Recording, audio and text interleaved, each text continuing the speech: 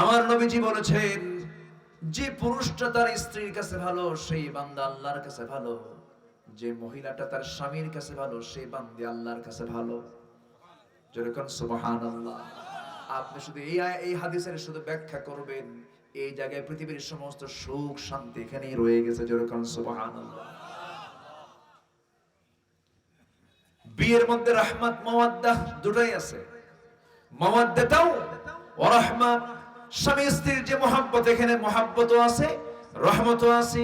কিন্তু স্বামী স্ত্রী ছাড়া যে মহব্বত গুলো আজকে রাস্তার গোড়ায় গোড়ায় গাছতলা বটতলা যে দেখা যায়, এর মধ্যে মহব্বত থাকতে পারে কিন্তু রহমত নাই। বইয়ের কথা শুনতে হয়। দেখ, রাজা প্রজার মাঝে ঘোষণা করছে যে প্রজা বইয়ের কথা শোনে তাদেরকে একটা করে ডিম দেওয়া হবে, আর যারা যারা বইয়ের কথা শুনবে না তাদেরকে একটা করে ঘোড়া দেওয়া হবে। সারাদিন চলে যায়, বইয়ের কথা শোনে না এমন পুরুষ খুঁজে পাচ্ছে না। বিকেল বেলা এক সলিমুদ্দিন এসে বলছে, রাজা মশাই, জীবনে আমি কোনোদিন বইয়ের কথা শুনে নাই, তাই আস্তাবল থেকে একটা ঘোড়া নিয়ে চলে যা। তো কালো একখান ঘোড়া নিয়ে চলে গেছে বাড়িতে। বউ দেখে বলে, তোমার কি রুচি রুচি কিছু নাই? তুমি কি ঘোড়া নিয়ে আসছো? কালো কোনো কালার হলো নাকি? যাও এই ঘোড়া পাল্টায় লাল ঘোড়া নিয়ে আসো। তো সলিমুদ্দিন চলে আসছে রাজার দরবারে, এসে বলছে, রাজা মশাই, ঘোড়া তো হলো না, নিছিলাম ঘোড়া কিন্তু কালারটা হয় নাই, কালো ঘোড়া লাল হলে ভালো হয়। রাজাকে এই পরামর্শ ধরে দিল কে? বউ আমার শেখায় দিল। রাজা কয়, ঘোড়া থুইয়া ডিম নিয়ে যা। সন্ধ্যার পরে রাজা এখন নিজে চলে গেছে অন্দরমহলে। রানী বলে, রাজা মশাই পাইছেন কি পাইছেন? যারা বইয়ের কথা শোনে না এমন লোক পাইছেন? স্বামী পাইছেন? কে পাইছিলাম একটা, তাও দেখি পরে বইয়ের কথা শোনে। রানী বলছে, রাজা মশাই, তাহলে খামাখা যারা বইয়ের কথা শুনে তাদেরকে ঠকানোর কি দরকার? একটা ডিম, এটা কোনো রাজার পক্ষ থেকে এটা কোনো দেওয়া হলো? অন্তত একটা ডিম না দিয়া যেখানে ওদেরকে দিবেন একটা করে ঘোড়া, অন্তত যারা বইয়ের কথা শুনে তাদেরকে আপনি 5 কেজি করে চাল দেন। আচ্ছা ঠিক আছে। পরের দিন সকালে মন্ত্রী বৈঠকে রাজা মশাই বলে, শোনো, ওই যারা বইয়ের কথা শুনে তাদেরকে আর ডিম দিও না, 5 কেজি করে চাল দাও। খাদ্যমন্ত্রী বলতেছে, রাজা মশাই, আপনি বুদ্ধি পাইছেন কোথায়? কে বুদ্ধি? বউ আমার শিখায়। তাহলে রাজাও শোনে, প্রজাও শোনে। তাহলে এখন বলেন, চেয়ারম্যান বড় না চেয়ারম্যানের বউ বড়? আসিয়া ফিরাউনের স্ত্রী কম কথা না, কিন্তু ফার্স্ট লেডি, কত বড় পথ! সেই পথকে তিনি প্রত্যাখ্যান করলেন জান্নাতের জন্য, ইমানের জন্য। সামান্য এক পদের জন্য আমার দেশের অনেক লোক ইমান ছেড়ে দেয়, আছে না নাই? যতক্ষণ ধরে নেতার প্রশংসা করে ততক্ষণ ধরে আল্লাহর প্রশংসা করলে বান্দার জন্য জান্নাত হয়ে যেত।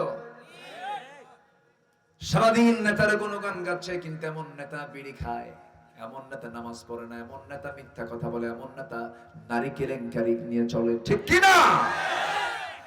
যে নেতা তোমাকে নামাজের কথা বলে না, যে নেতা তোমাকে তোমার হাতে কোরআন তুলে দেয় না, যে নেতা তোমার হাতে মদের বোতল তুলে দেয়, নামাজের কথা বলে না, তোমার সামনে নারী তুলে দেয়, ওই সমস্ত নেতৃত্বের মুখে আমরা জুতা মারি।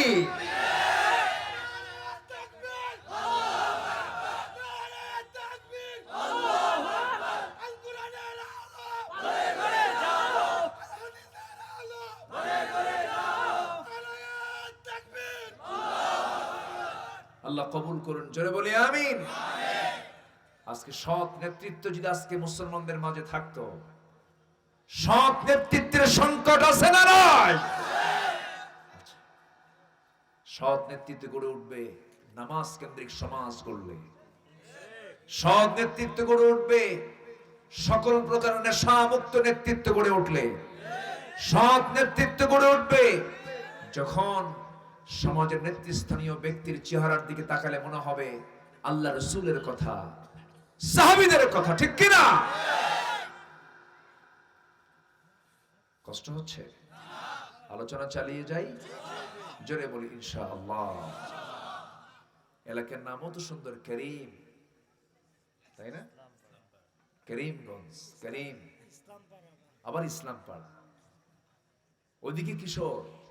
এই জেলায় কোনো বুড়া টুরা নেই, সব কিশোর। সামনে আবার মুসলিম পাড়া। আপনি চান কি এত সুন্দর নাম? আমার দেশে তো বহু নাম আছে, দেখেন না, নারায়ণ আছে না, নারায়ণগঞ্জ আছে না, শ্রী বর্দি আছে না, আচ্ছা।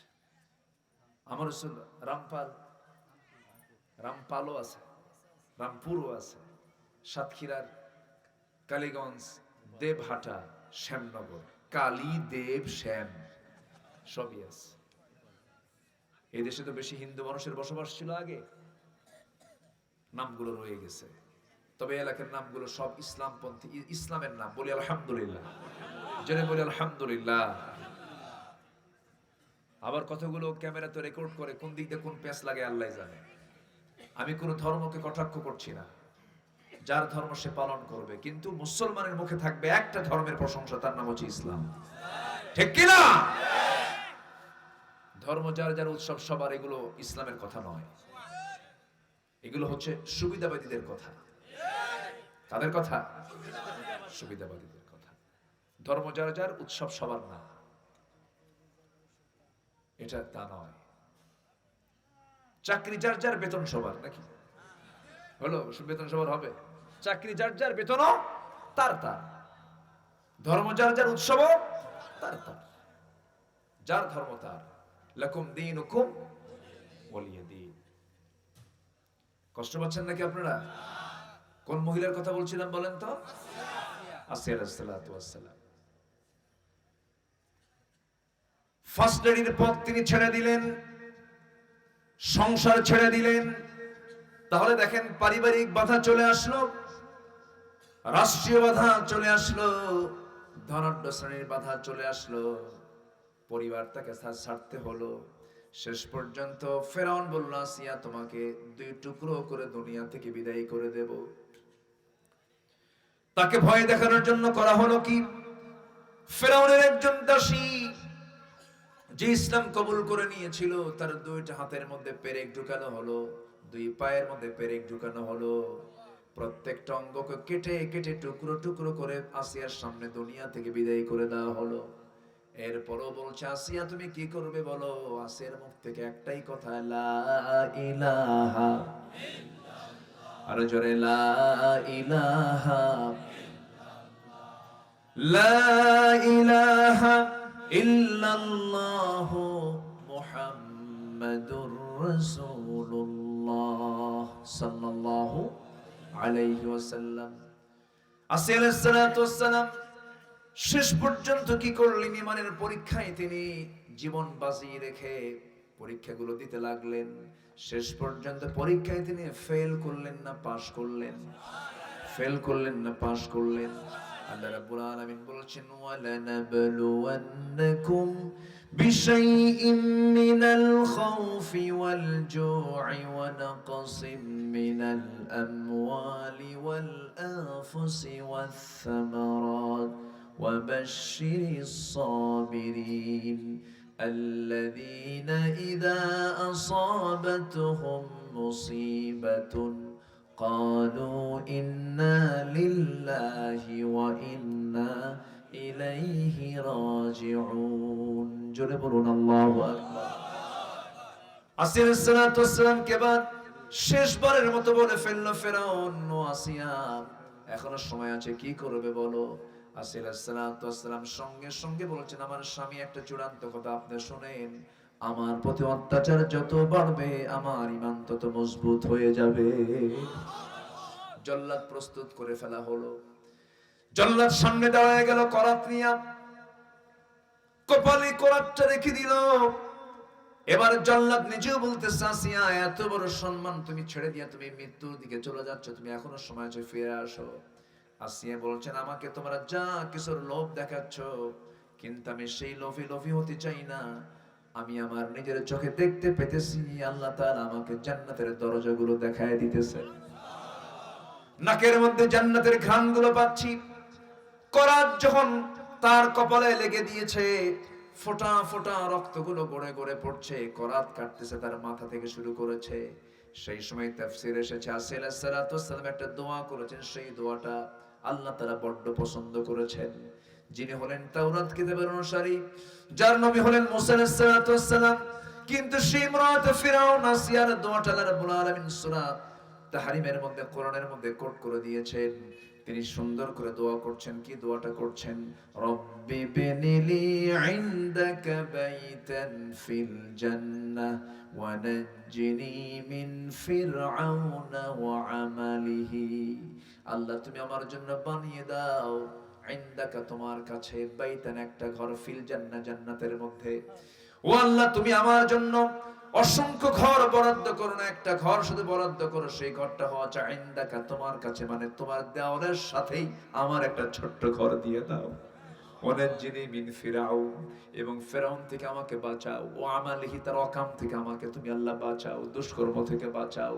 এমন সুন্দর দোয়া আল্লাহ তাআলা কোরআনে সেট করে বলছেন, দুনিয়ার সকল পুরুষ নারীরা তোরা আসিয়ার মতো দোয়া কর, তোরা আসিয়ার মতো আমার কাছে চাপ, আসিয়ার মতো আমার কাছে তোরা আসতে তোরা চেষ্টা কর। আমি তোর জন্য জান্নাত রেখে দিয়েছি। আর যদি অহংকার করিস, আর যদি অস্বীকার করিস, তাহলে কি হবে? আল্লাহ রাব্বুল আলামিন তাও শক্ত শক্ত বাণী দিয়ে বান্দাকে সতর্ক করে দিচ্ছেন। রেগে গিয়ে বলছেন, ইন্নাল্লাযীনা কাযযাবু বিআয়াতিনা ওয়াস্তাকবারু আনহা লা তুফাত্তাহু লাহুম আবওয়াবুস সামা ওয়া লা ইয়াদখুলুনাল জান্নাতা হাত্তা ইয়ালিজাল জামালু ফি সাম্মিল খিয়াত ওয়া কাযালিকা নাজজিল মুজরিমিন। জোরে বলুন আল্লাহু আকবার। নিঃসন্দেহে যারা আমার আয়াতকে অস্বীকার করবি, মিথ্যা প্রতিপন্ন করবি, অহংকার দেখাবি, আমি আল্লাহ ঘোষণা দিচ্ছি তাদের জন্য আসমানের দরজাই খুলবো না, তাদের জন্য আসমানের দরজাই খোলা হবে না। আমার আল্লাহর আরশ আজিম আকাশের নিচে, আকাশের উপরে। আল্লাহ বলছেন আমি আকাশের দরজাই খুলবো না, আমার রহমত তারা পাবে কেমনে? এবং তাদেরকে আমি জান্নাতে কখনো প্রবেশ করাবো না। যেমন করে একটা সুঁইয়ের ছিদ্র পথে উট যেমন প্রবেশ করতে পারে না, তেমনি ওই সমস্ত বান্দা আমার জান্নাতেও কখনো প্রবেশ করতে পারবে না। নাউজুবিল্লাহ। আল্লাহ কত রাগ করে খেপে গিয়ে এই কথাটা বলেছেন। এই জন্য আমার বন্ধুগণ, আমরা রহমত চাইবো কার? আসতে বলবেন না, কার? আল্লাহ পাকের রহমত আমরা চাবো। যে সূরার যে আয়াত থেকে আমি তেলাওয়াত দিয়ে আলোচনা শুরু করেছি, মুসা মূলত দোয়া করছেন কি? আল্লাহ তুমি দুনিয়ার কল্যাণ দাও, আখিরাতের কল্যাণ দাও, তোমার কাছে আমরা প্রত্যাবর্তন করছি।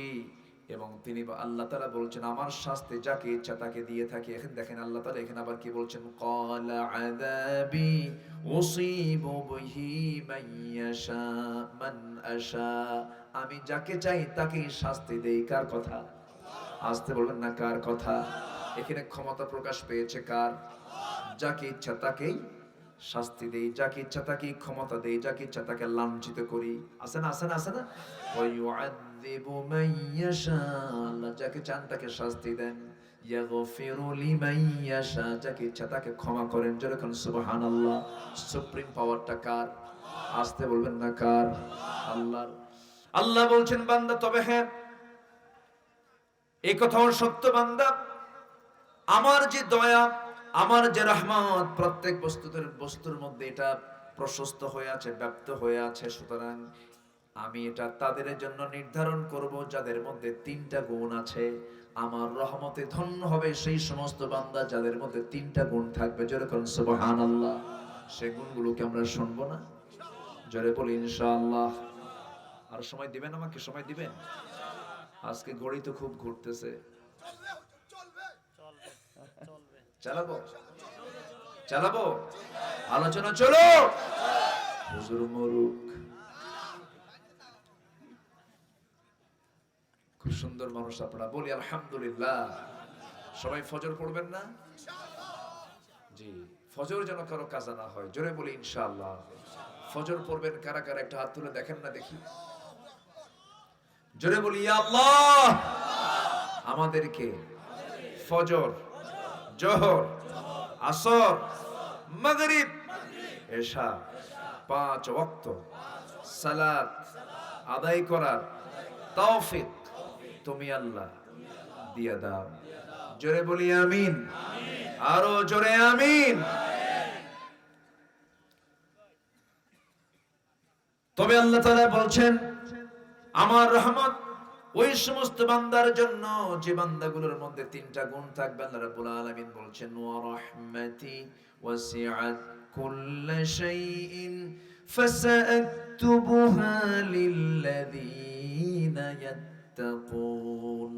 এক নাম্বার যারা মুত্তাকি হবে, যারা কি হবে বলেন? মুত্তাকি যারা হবে, তাকওয়া যার মধ্যে থাকবে, এই সমস্ত বান্দার জন্য আমি আল্লাহ আমার রহমতটা বরাদ্দ। জোরে কোন সুবহানাল্লাহ, জোরে বলি সুবহানাল্লাহ। তাকওয়াটা কাকে বলে? তাকওয়ার ব্যাখ্যা যদি দিতে যাই কয়েক ঘন্টা সময় লেগে যাবে। আমার একটা আলোচনায় আছে, 2013 সালে আলোচনা করেছিলাম পাবনায়। তাকওয়ার আলোচনা করেছি 2 দিন ধরে। তাকওয়ার আমি আলোচনা করেছিলাম সেখানে।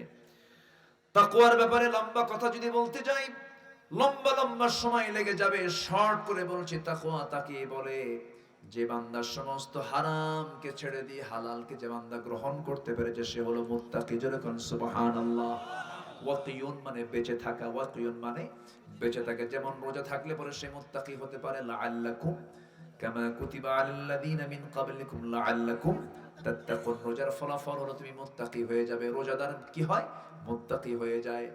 আল্লাহ রাব্বুল আলামিন বলছেন এই মুত্তাকি যারা হবে তাদের জন্য আমার রহমতটা বরাদ্দ হয়ে যাবে।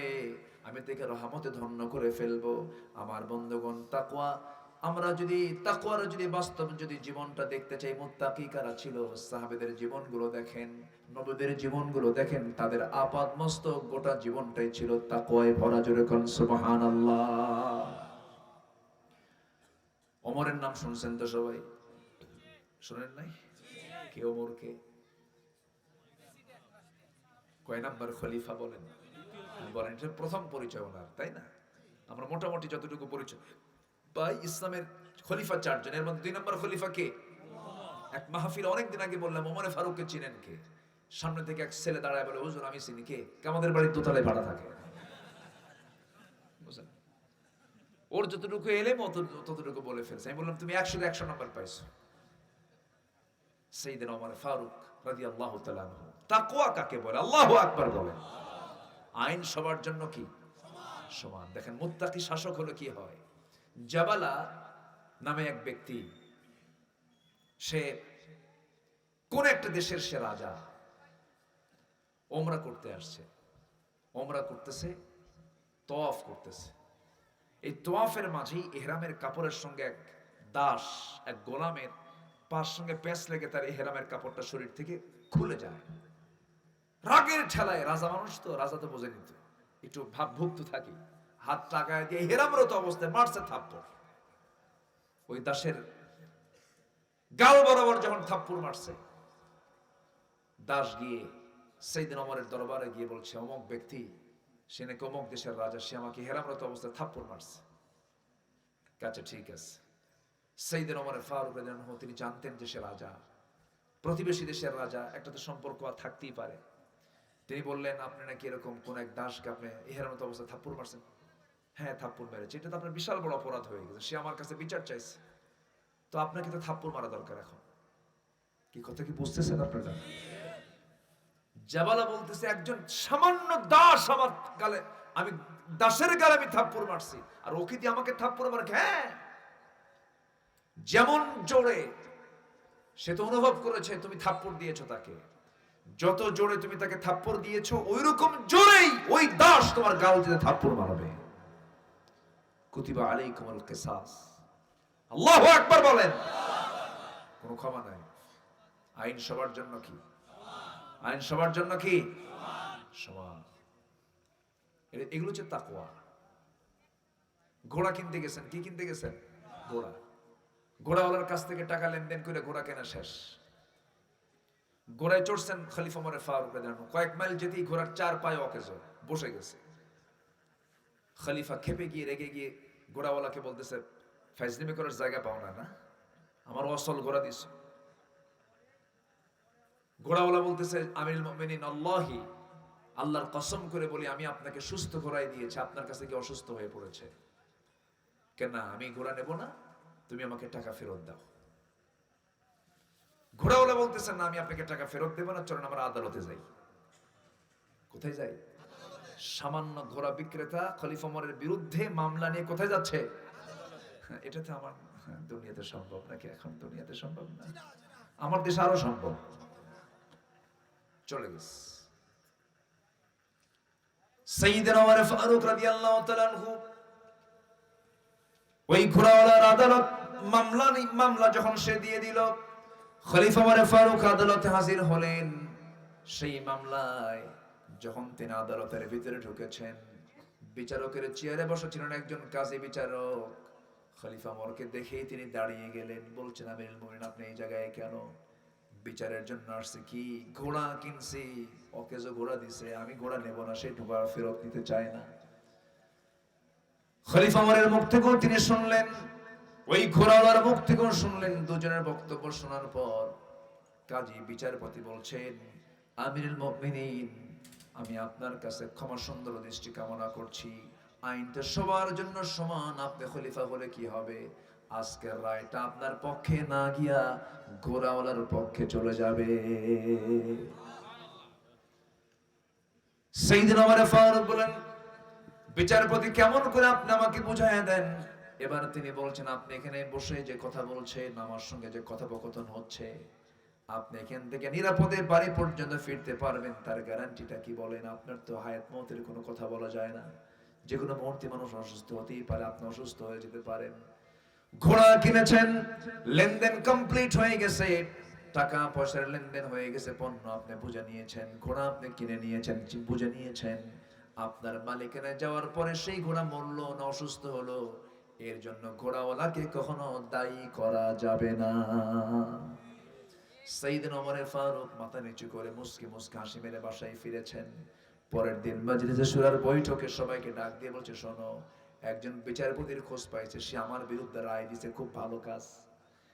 সে কাউকে ভয় পায় না, খলিফার বিরুদ্ধে পর্যন্ত রায় দেওয়ার সাহস। যে খলিফা, যে বিচারপতির আছে, তাকে আঞ্চলিক বিচারপতি না বানায়, তাকে চিফ জাস্টিস বানায় দেওয়া হোক। সুবহানাল্লাহ বলবেন না? বিচারপতি খলিফার বিরুদ্ধে রায় দেওয়ার কারণে তাকে আঞ্চলিক বিচারপতি থেকে চিফ জাস্টিস বানানো হয়। আর আজকের সমাজের বিচারপতি যদি কোনো ক্ষমতাওয়ালা লোকের বিরুদ্ধে যদি বিচার দিয়ে দেয়, রায় দিয়ে দেয়, পাগল বানায়া দেশ থেকে মুহাজির বানায়া ছেড়ে দেয়। ঠিক আছে না? শুধু পার্থক্য এতটুকু। আমার বন্ধুগণ, আরেকজন খলিফার বিরুদ্ধে এই কাজী বিরুদ্ধে রায় দিয়েছেন। সেই কাজের নাম হলো কাজী শুরাইহ ইবনুল হারিস আল কিন্দি রাহমাতুল্লাহ আলাইহি। শতাধিক বছর তিনি বেঁচে ছিলেন। দুই খলিফার বিরুদ্ধে পর্যন্ত তিনি রায় দিয়েছেন। আরেকজন হচ্ছেন সাইয়েদনা আলী। আলীর মতো মানুষ, কত বিচক্ষণ মানুষ, যুদ্ধের ময়দানে গেছেন। যুদ্ধের ময়দানে যাওয়ার পরে তিনি তার লৌহ বর্ম হারিয়ে ফেলেছেন। লৌহ বর্ম আবার তিনি খুঁজে পেলেন, দেখলেন এক ইহুদির হাতে। ইহুদিকে ডাক দিয়ে বলছেন, ইহুদি আমার চিহ্নিত লৌহ বর্ম, আমার চেনা, আমার চিহ্ন দেওয়া এই লৌহ বর্ম আমাকে দিয়ে দাও। ইহুদি বলে, না এটা তোমার না, এটা আমার। না এটা তোমার না, এটা আমার। কি প্রমাণ? চলো আদালতে যাই। ইহুদি আদালতে নিয়ে চলে গেছে।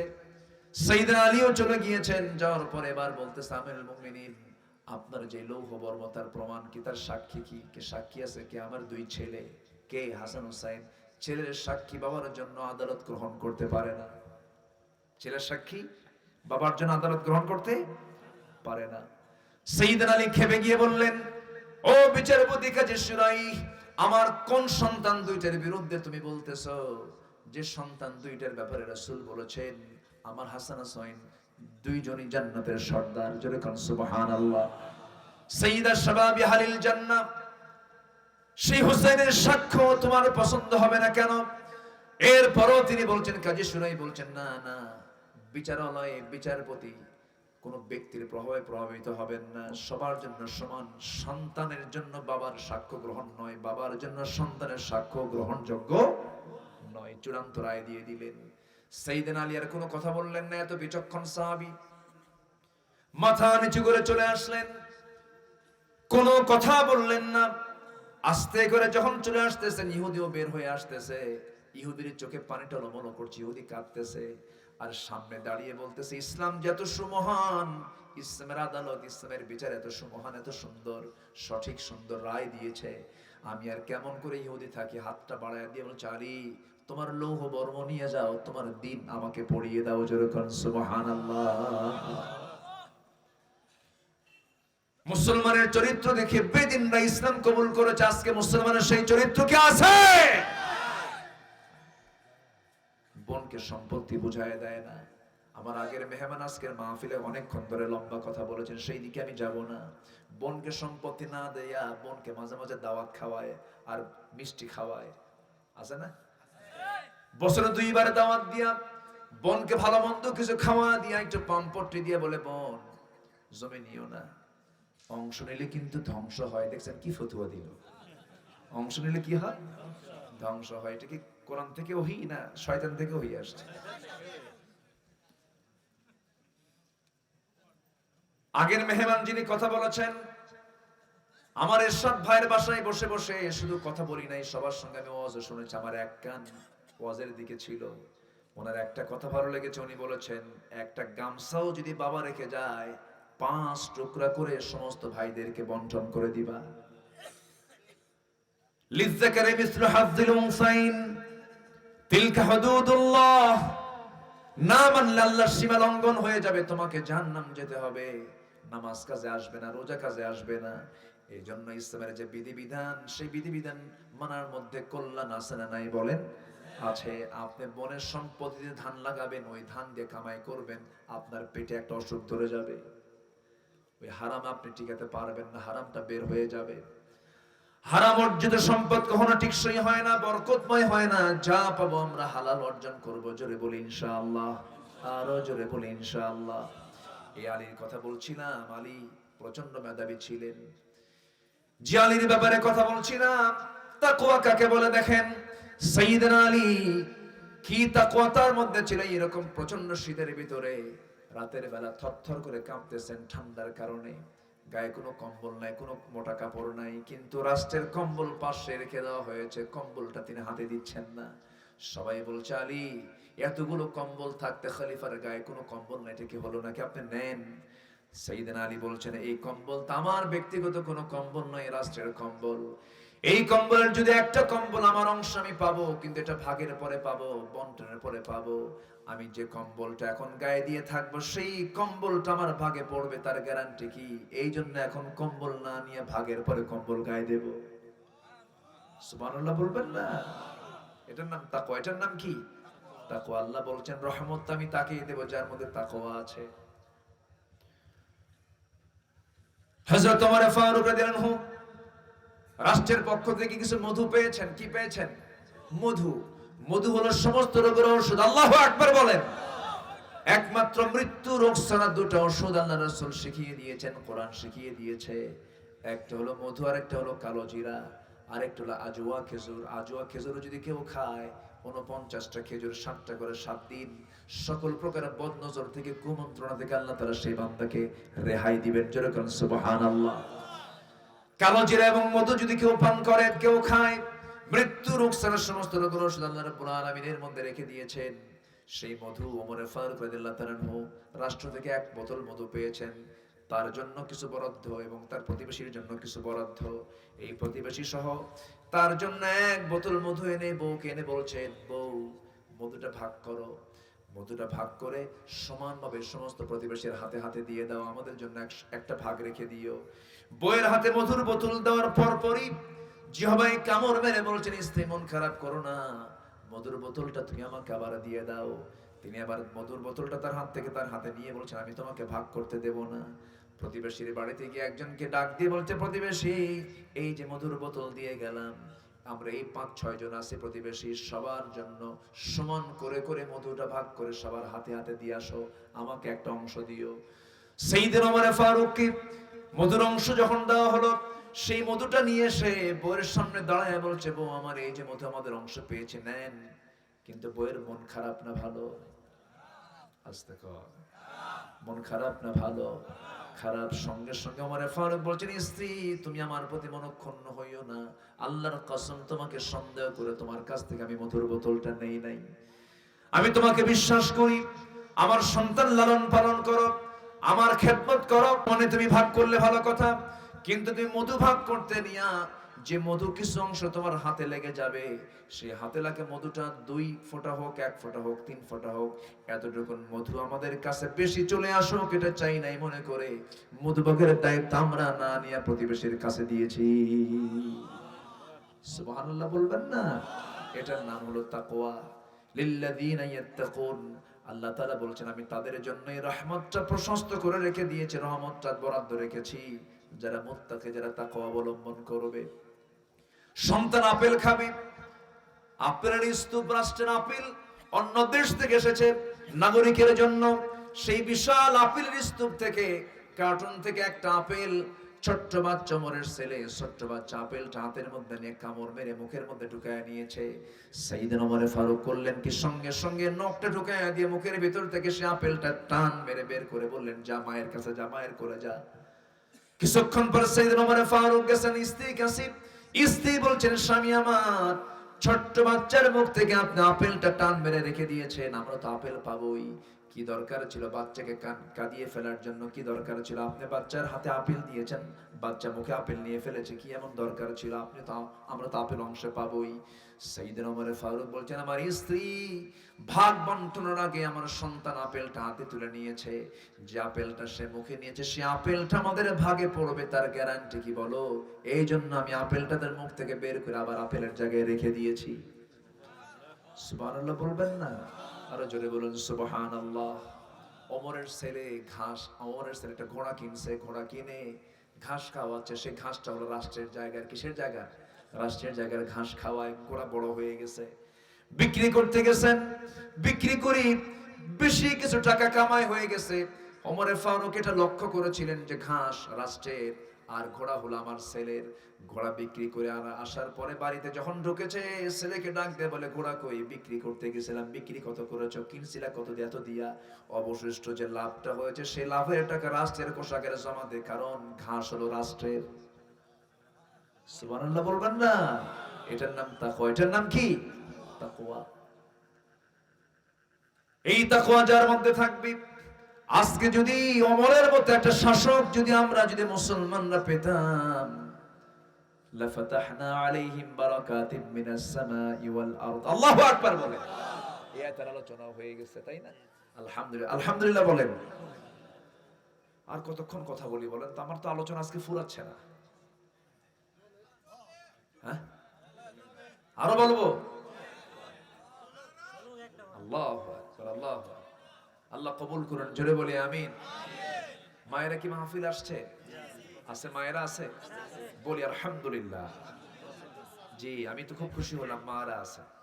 জি, মাদের জন্য নামাজ আছে না, মাদের জন্য পর্দা আছে না, কিন্তু মেয়েদের মধ্যে নামাজের মধ্যে কিন্তু অনেক অলসতা আছে মেয়েদের ভিতরে। পর্দার ব্যাপারে মনে হয় অলসতা খুব একটা নাই, আছে? বোরকা পরার দরকার আছে না নাই? কোন মহিলা যদি বলে আমি একা হজে যাব, হজ হবে? আসতে বলে হজ হবে? হবে না, হবে না, হবে না হজ। শর্তি হলো একজন পুরুষকে সাথে নিতে হবে। কোন পুরুষ? ওই 14 জনের থেকে যে কোনো একজনকে নিতে হবে, যে 14 জনের কথা বলছিলাম আমি, মাহরাম। মেয়েরা রাজ রানীর মতো থাকবে, মেয়েদের মর্যাদা ইসলামের রানীর মর্যাদা। আল্লাহু আকবার বলেন। পুরুষ একা একা চলে আর মেয়েরা একা একা চলবে না, মেয়েরা বাইরে যাবে, পাশে একটা হেল্পার থাকবে, চাকর থাকবে। আল্লাহু আকবার বলবেন না? কিন্তু মেয়েরা বলে না, আমার সাথে কোনো চাকর টাকর থাকার দরকার নাই, আমি হব চাকরানী। আমি হব কি? চাকরানী। রাজরানী থাকবে না, চাকরানী হবে। ঢং ঢং করে চলে যায় মার্কেটে, রিসেপশনে বসে থাকে সুন্দরী মেয়েরা, মাথার চুল ছেড়ে দেওয়া, লিপস্টিক লাগানো। যখন কোনো ক্লায়েন্ট ভিতরে আসে অফিসে, যখন ঢুকতে নাই তখন আস্তে করে দাঁড়িয়ে বলে আসসালামু আলাইকুম, এনি প্রবলেম? আসে না নাই? আসে না? এগুলো কি মেয়েদের, এগুলো দায়িত্ব দেওয়ার জন্য আল্লাহ তাআলা মেয়েদেরকে পাঠাইছেন। মুস্কে হাসি দিতে হবে কার কাছে, আর মুস্কে হাসি দেয় কার কাছে?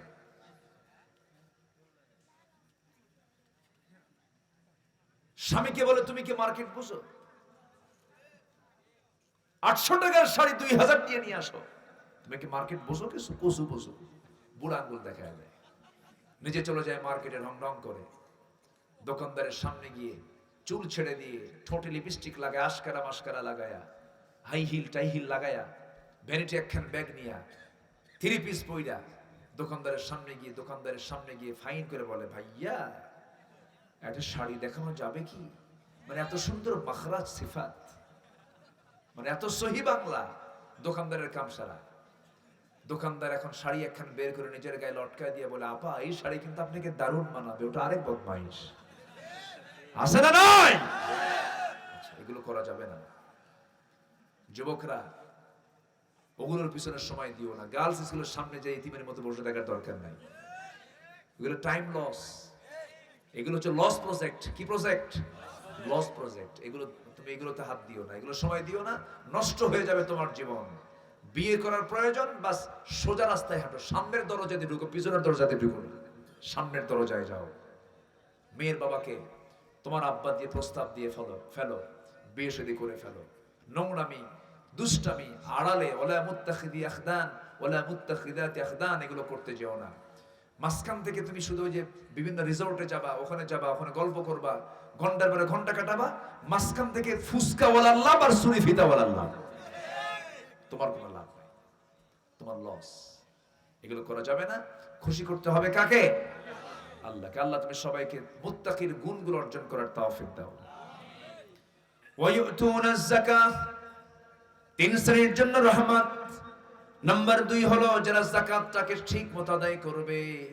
নাম্বার 3 হলো ওয়াল্লাযীনা হুম বিআয়াতিনা ইউমিনুন, আমি যে আয়াতগুলো দিয়েছি, আয়াতগুলোর প্রতি যারা বিশ্বাস আনবে, আমি আল্লাহ তাদেরকে রহমত দিয়ে তাদেরকে আমি ধন্য করব। জোরে বলি সুবহানাল্লাহ। আল্লাহ তুমি সবাইকে আমল করার তৌফিক দিয়ে দাও। জোরে বলি আমিন, আরো জোরে আমিন, আরো জোরে আমিন। অনেক কথাই বলে ফেলেছি, কষ্ট দিয়েছি আপনাদের অনেক, আজকে অনেক লম্বা সময় দিলাম, আপনাদেরকে বসে রাখলাম। যতটুকু হয়েছে আমরা বলে ফেলি আলহামদুলিল্লাহ। জোরে বলি আলহামদুলিল্লাহ। সবাই বসুন। এই মাহফিল 6 বছর, আগামী বছর আবার হোক, চান না ইনশাআল্লাহ? সবাই চান না? আল্লাহ তুমি, আচ্ছা আল্লাহ তুমি এই মাহফিলকে কবুল করো। জোরে বলি আল্লাহুম্মা আমিন, আরো জোরে আল্লাহুম্মা আমিন। আমি খুবই আনন্দিত যে কোনো লোক মাহফিলে নড়াচড়া করেননি। যে যেখানে ছিলেন পিন পতন নীরব হয়ে আলোচনাগুলো শুনেছেন। আল্লাহ তুমি সবাইকে আমল করার তৌফিক দাও। জোরে বলি আমিন। নিজেকে চেনার তুমি তৌফিক দাও খোদা, তোমাকে চেনার তুমি তৌফিক দাও। নিজেকে চেনার তুমি তৌফিক দাও খোদা, তোমাকে চেনার তুমি তৌফিক দাও। আমরা কাকে চিনতে চাই? আস্তে কাকে চিনতে চাই? আল্লাহকে আমরা সবার আগে চিনবো, কারণ আমার আপন বলতে কে আছেন? আল্লাহ আছেন। আর এটাই যে চিনতে পেরেছে সেই হলো মুত্তাকি। ওয়া আম্মা মান খাফা মাকামা রাব্বিহি ওয়া নাহান নাফসা আনিল হাওয়া। আল্লাহু আকবার বলেন। এরপর সেকেন্ড বন্ধু হচ্ছেন মুহাম্মদ সাল্লাল্লাহু। আমি তো সেকেন্ড আয়াতে যেতে পারলাম না, সেকেন্ড আয়াতে আরো কথা ছিল। সেকেন্ড আয়াতে ছিল আমার নবীর কথা। এবছর থাক, এক আয়াত বলতি, তাও তো লম্বা করে বলতে পারলাম না, তাতে 2 ঘন্টা লাগলো। আমার মাঝে মাঝে মন চায় যদি এক জায়গায় যদি 4-5 দিন মাহফিল করতে পারতাম, আগে হতো। এখন তো একদিন মাহফিল হয় কঠিন। আল্লাহ তুমি এমন অনুকূল পরিবেশ তুমি আল্লাহ তৈরি করে দাও। জোরে বলি আমিন। জি হবে ইনশাআল্লাহ। আমার সেকেন্ড বন্ধু হচ্ছেন মুহাম্মদ সাল্লাল্লাহু। ইন্নামা ওয়ালিয়ুকুমুল্লাহু ওয়া রাসূলুহু। 1 নাম্বার আল্লাহ, নাম্বার 2 হচ্ছে আমার রাসূল মুহাম্মদ সাল্লাল্লাহু আলাইহি ওয়াসাল্লাম। সে কোন বন্ধু বলো বেশি বিশ্বস্ত? এই গজল শুনতে চেয়েছেন, শোনাবো? হ্যাঁ? সে কোন বন্ধু বলো বেশি বিশ্বস্ত? কার কাছে মন খুলে দেয়া যায়, কার কাছে সব কথা বলা যায়, হওয়া যায় বেশি আশ্বস্ত? তার নাম আহমদ বড় বিশ্বস্ত, আহমদ বড় বিশ্বস্ত। যে জন কখনো ব্যথা দিতে জানে না, যে জন কেবলই মুছে দেয় বেদনা, ঠিক কিনা? যে জন কখনো ব্যথা দিতে জানে না,